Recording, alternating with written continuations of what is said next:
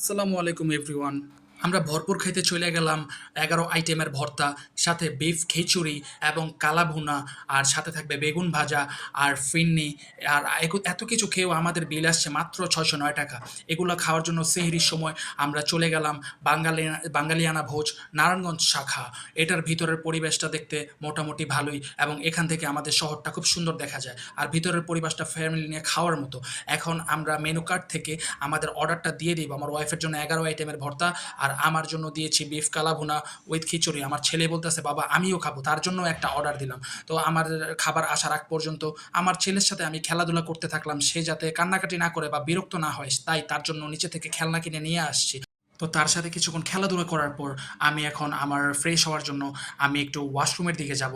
তো ওয়াশরুমের দিকে আসলাম, না পরিবেশটা মোটামুটি মাশাআল্লাহ ভালো আছে, কোনো সমস্যা নেই। তো আস্তে আস্তে দেখলাম যে অলরেডি পানি দিয়ে গেছে।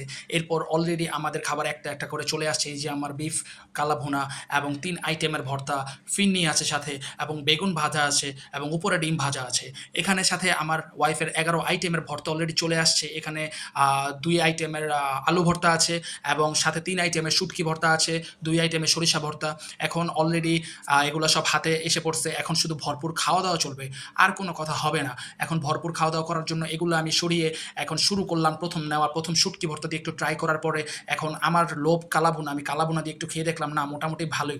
তারপর যখন খাওয়া-দাওয়া শুরু করলাম, কালাভুনাটা যখন একটু ঠান্ডা হয়ে গেল, টেস্টটা আহামরি ছিল না। আমার ওয়াইফকে আমি কিছু কালাভুনা দিলাম এবং বললাম, দেখো তুমি যে বাসায় রান্না করো, বাসারটা বেস্ট। হ্যাঁ, আমার ওয়াইফের কালাভুনা সত্যিই খুব সুন্দর, খুব মজাদার হয়। এখন আমি শুটকি ভর্তা দিয়ে একটু ট্রাই করলাম। শুটকি ভর্তাটা না মোটামুটি ভালো ছিল। শুটকি ভর্তা খারাপ না। তো এর মধ্যে আমাদের রাইস শেষ হওয়ার কারণে আমরা আরেকটা রাইস অর্ডার করলাম। আমাদের ভর্তাগুলো রয়ে গেছে, এবং একটা রাইস আমরা দুজন ভাগাভাগি করে নিব। এর জন্য আমরা এখন ভর্তাগুলো দিয়ে ট্রাই করব। কারণ আমার কালা ভুনা অলরেডি শেষ। আর আমার কাছে সবচাইতে বেস্ট লাগছে মরিচের ভর্তাটা। আর আমি একটু স্পাইসি পছন্দ করি, ঝালটা পছন্দ করি। আর ঝাল পছন্দ করার কারণে আমার মানে ঝাল ঝাল খেতে খুব ভাল লাগে। তো একেকটা আইটেম নিয়ে ভর্তা দিয়ে খাওয়ার মজাটাই এখানে খুব আলাদা। তবে আমি যেটা বলি যে খিচুড়িটা যদি আরেকটু ঝরঝরা হতো, তাহলে অবশ্যই খাবারের টেস্টটা আরও অনেক গুণ বেড়ে যেত। খিচুড়িটা অনেকটা মানে আঠালো, আঠালো ছিল। এটা না হয়ে ঝরঝরা হলে খুব ভালো হতো। আমি যখন আগে খেয়েছি মিরপুর ব্রাঞ্চেরটা, তো মিরপুরেরটা মোটামুটি ঝরঝরা ছিল। আর এটা আমাদের নারায়ণগঞ্জে অনলি ২০ দিন হইছে ওপেন হইছে। তো এটার জন্য যখনই খোঁজ পেলাম আ সেহরি খাওয়ার জন্য যে বাঙালিয়ানা ভোজ আসছে, তো অলরেডি এটা তো খেতেই হয়। তো আসার জন্য, আর তাছাড়া অনেকদিন যাবত ভর্তা খেতে মন চাইতেছে। এত আইটেমের ভর্তা তো বাসায় একসাথে করা যায় না। আমার বউরে যদি বলি আমার মাথা বাড়িও দিতে পারে। তাই বললাম যে আসো সেহরি খেয়ে আসি, ১১ আইটেমের ভর্তা দিয়ে প্লাস আনলিমিটেড ভর্তা তাও। এটা বুফ সিস্টেম। তো ভর্তা এতগুলা খেয়ে আমার পুরা মানে ঝালে আমার অবস্থা পুরা খারাপ, মাথা-মুথা গরম হয়ে গেছে। এখানে এসির মধ্যেও আমার ঘাম ঝরতাছে, অজস্রে ঘাম বের হইতাছে। এতটা স্পাইসি ছিল খাবারগুলো। আর খাবারগুলা মোটামুটি ভালো ছিল। আমি আহামরি দিব না। রেটিং আপনার গিয়া ১০ এর মধ্যে হয়তোবা ৭ দিতে পারি। আর এখানে আমি ফিন্নিটা ট্রাই করলাম। ফিন্নিটা এক প্রকার জোশ ছিল। ফিন্নিটা আমি ১০ এর মধ্যে ৯ দিব।